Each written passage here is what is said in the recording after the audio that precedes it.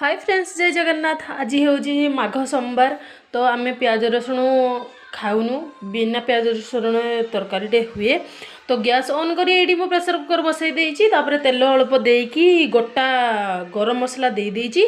तापर आमर ग्राइंड कर रखी अदा आउ गोटे कंचा लंका पिला जेहेतु खाइब आ जीरा टिके सेतिकी ग्राइंड करिकी मुझे मसला दे देइछि। देखंतु ग्राइंड कर सारा पर ये आमर हलदी लुण आउ जीरा गुंड धनिया गुंड आ गरम मसला पकईकी टिके पानी रे गलई देकी तापर आमे से मसला रे दे देली।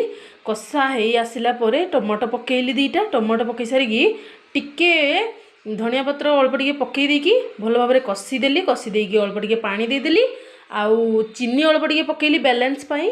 तापर आमर एटी आमर रोसई होउची कंचा मटर आउ आलू रे तकटे होउची डायरेक्ट तकटे।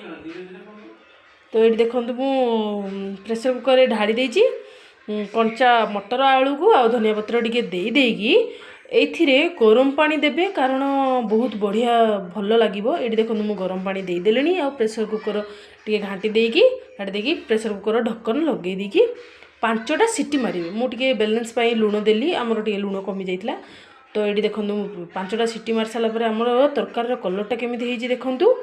वाव वाला कलरटे हेइछि। एडी देखंतु आमर अरुआ भात को मटर तरकारी बिना प्याज रसुण रे मटर तरकारीटे हेइछि।